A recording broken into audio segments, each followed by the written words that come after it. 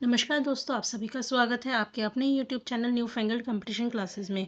Friends, यदि आप CTET science paper 2 के लिए प्रिपेयर कर रहे हैं तो आप हमारे चैनल से जुड़ सकते हैं।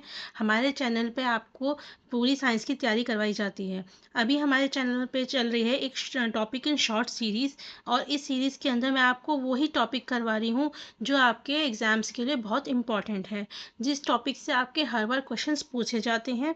और प्लस मैं आपको करवा रही हूँ सारे प्रीवियस क्वेश्चंस उस टॉपिक से रिलेटेड।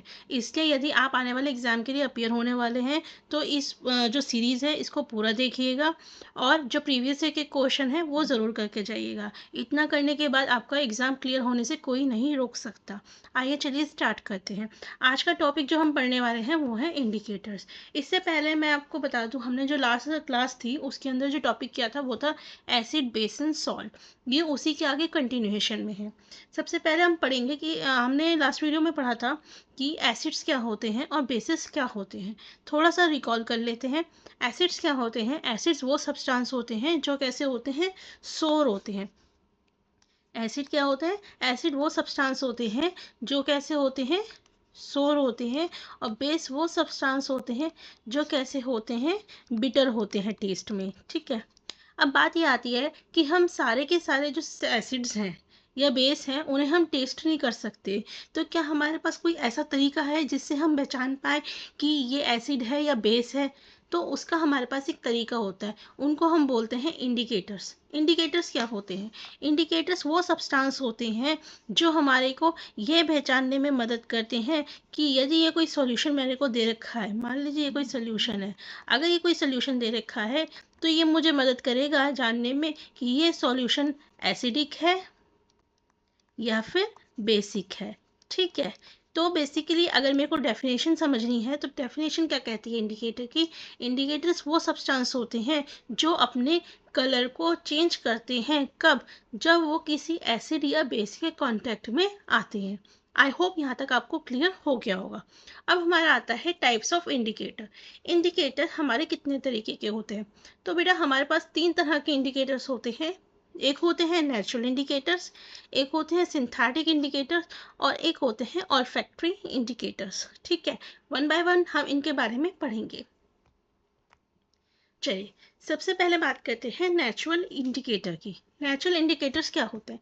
नाम से ही पता चल रहा है, नेचुरल यानी कि वो इंडिकेटर्स जो हमारे को नेचर से मिले हों। कौन से? वो इंडिकेटर्स जो हमें नेचर से मिले हों, यानी कि नेचर की चीज़ों से मिले हों, उन्हें हम क्या बोलते हैं? Natural indicators. और ये हमारे किससे ड्राइव होते हैं? प्लांट से।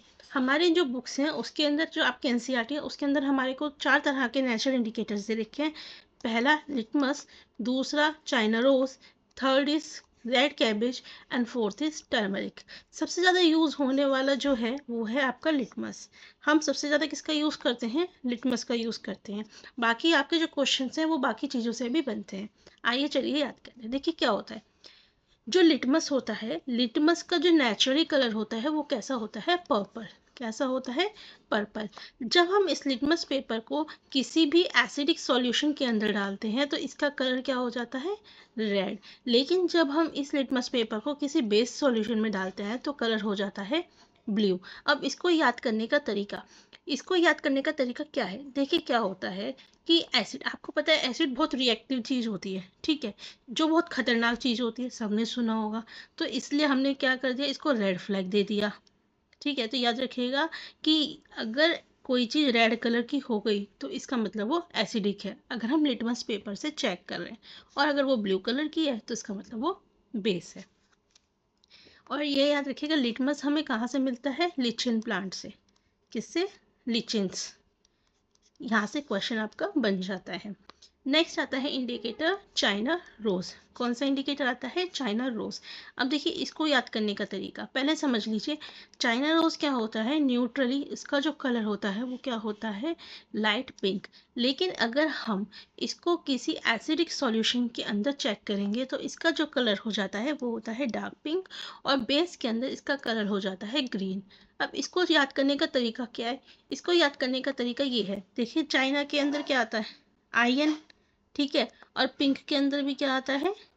आयन। तो याद रखिएगा, एसिड के अंदर पहला एसिड और दूसरा इसको हम बेस, ठीक, ये देखिए मैं ट्रिक बता रही हूँ आपको जिससे आपको याद रहे। ठीक है, आयन इसका मतलब डार्क पिंक, और यहाँ पे देखिए आर ई ग्रीन, तो आर ई हमारा किसके अंदर आता है, ग्रीन के अंदर ना, तो आपका बेस के अंदर हो जाता है ग्रीन।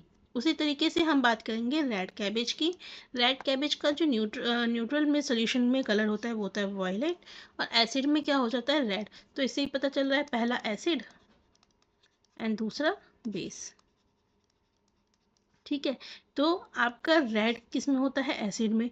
अब आप कहेंगे कि बेस का कैसे याद होगा, देखिए कैबेज के अंदर क्या आता है, बी और गी, तो इसका मतलब क्या हुआ, ब्लू ग्रीन।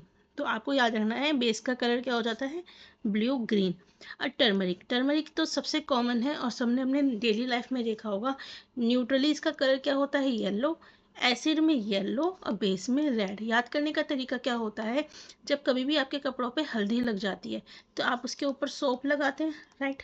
सोप कैसा होता है, सोप हमारा बेस होता है। ठीक है, सोप हमारी कैसी होती है, बेस होती है, बेसिक नेचर की होती है। इसलिए जब कभी भी हम सोप लगाते हैं किसी भी हल्दी वाले कपड़े के ऊपर, तो आपने देखा होगा वो जो निशान होता है वो रेड कलर का हो जाता है। किस वजह से हो जाता है, क्योंकि अब एसिड का रिएक्शन किसके साथ हो गया, बेस के साथ। लेकिन जैसे ही हम उसके ऊपर पानी डाल देते हैं तो उसका जो रिएक्शन ख़त्म हो जाता है और वापस वो किस में आ जाता है, न्यूट्रल फॉर्म में, दैट इज़ येलो कलर में। ठीक, तो सबसे ईजी है ये, मैंने आपको एक ट्रिक बताई है जिससे आप इसे याद कर सकते हैं। ये मैंने कुछ डायग्राम है, this is litmus, this is turmeric, this is China rose and this is red cabbage. चलिए नेक्स्ट, हमने दूसरे टाइप के इंडिकेटर्स पढ़े जिनको हम बोलते हैं क्या, सिंथेटिक इंडिकेटर्स। सिंथेटिक इंडिकेटर्स क्या होते हैं, सिंथेटिक इंडिकेटर्स हमारे वो इंडिकेटर्स होते हैं जो कहाँ पे प्रिपेयर होते हैं, लेबोरेटरी में, यानी कि लैब में। इन्हें हम कैसे प्रिपेयर करते हैं, आर्टिफिशियल सब्सटेंसेस की मदद से। ठीक है, कैसे मदद करते, प्रिपेयर करते हैं, आर्टिफिशियल सब्सटेंसेस की मदद से। हमारे दो तरह के इंडिकेटर्स दिए हुए हैं हमारी एनसीईआरटी में, पहला है फिनोल्फिन और दूसरा है मिथाइल ऑरेंज। ठीक है, देखिए ये आपके दोनों डायग्राम है। अब फिनोल्फिन क्या होता है, आपका ये नॉर्मली कलरलेस होता है इसके न्यूट्रल कंडीशन में, और ये एसिड में भी कलरलेस ही रहता है। लेकिन जैसे ही हम ये किसी आपकी बेस के अंदर जाएगा तो इसका कलर क्या हो जाता है, पिंक। ठीक है, तो याद रखिएगा, पी फॉर फिनोल्फिन और बेस में क्या हो जाता है, पिंक। अब नेक्स्ट आता है आपका मिथाइल ऑरेंज। ठीक है, क्या आता है, मिथाइल ऑरेंज। तो अब आपका सीधी सी बात है, न्यूट्रल में ऑरेंज, एसिड में रेड ऑरेंज, और जब हमारा बेस होता है तो उसमें कलर क्या हो जाता है इसका, येलो। ठीक, तो इतना तो देखिए आपको याद करना ही पड़ेगा, इससे क्वेश्चंस आते हैं और डायरेक्ट क्वेश्चंस आते हैं। अभी हम वीडियो के एंड में इसके क्वेश्चंस भी करके देखेंगे। देखिए नेक्स्ट आते हैं ऑल्फैक्टरी इंडिकेटर्स। ऑल्फैक्टरी इंडिकेटर्स क्या होते हैं, ऑल्फैक्टरी इंडिकेटर्स वो इंडिकेटर्स होते हैं जो एसिड या बेसिक मीडियम में जाके अपनी जो स्मेल है उसे बदल देते हैं। ठीक है, इसके एग्जांपल्स होते हैं आपके वनीला एक्सट्रैक्ट, ऑनियन और क्लोव ऑयल। ये मैंने आपको यहाँ पे पिक्चर के माध्यम से समझा रखा है। तो बेसिकली होता क्या है, जितने भी ये ऑल्फैक्टरी इंडिकेटर्स होते हैं इनकी जो एसिड में स्मेल होती है वो एज इट इज़ रहती है, और बेस में ये अपनी स्मेल को आपका ख़त्म कर देते हैं, खो देते हैं। ठीक है, आइए चलिए अब क्वेश्चंस करते हैं। एक चीज़ और याद रखिएगा, एक होता है वर्ड पीएच। क्या होता है, पीएच।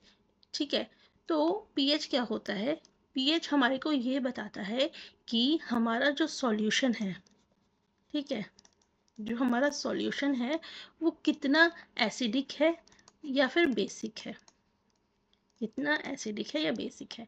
तो इसका एक स्केल होता है जिसको हम बोलते हैं पीएच स्केल, और ये आपका 1 से शुरू होकर कहाँ तक होता है, 14 तक। ठीक, और यहाँ पे एक होता है हमारा बीच में 7।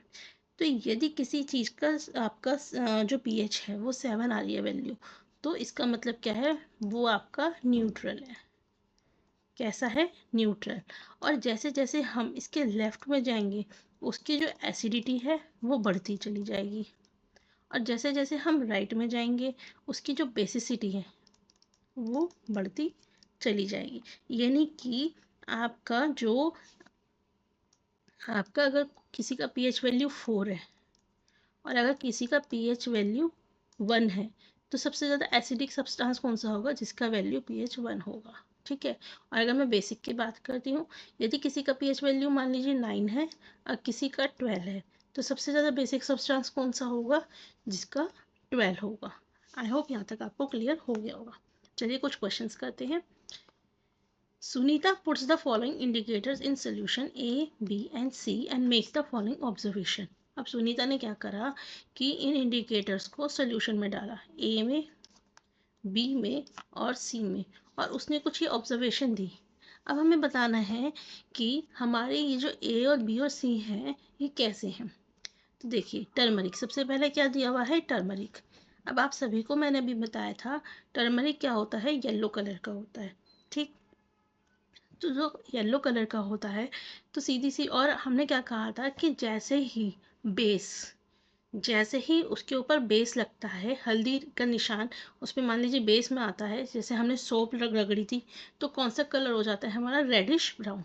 तो अब आपको यहाँ से ये पता चल गया कि भैया हो ना हो हमारा जो बी है वो क्या है? बेस है, ठीक है। अब हम ए और सी की बात करते हैं। अब ए सी में हमने ये पढ़ा था कि फिनोल्फ्थालीन भी हमारा ए में और सी, यानी कि दो ही कंडीशन में हमारा कलरलेस रहता है। किस में?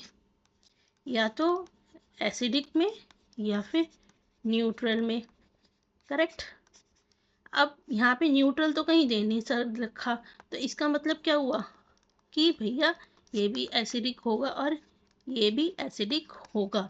तो हमारा सही आंसर क्या होगा? Option number 4। चलिए नेक्स्ट क्वेश्चन है, which of the following sets represent natural indicator for acid and base.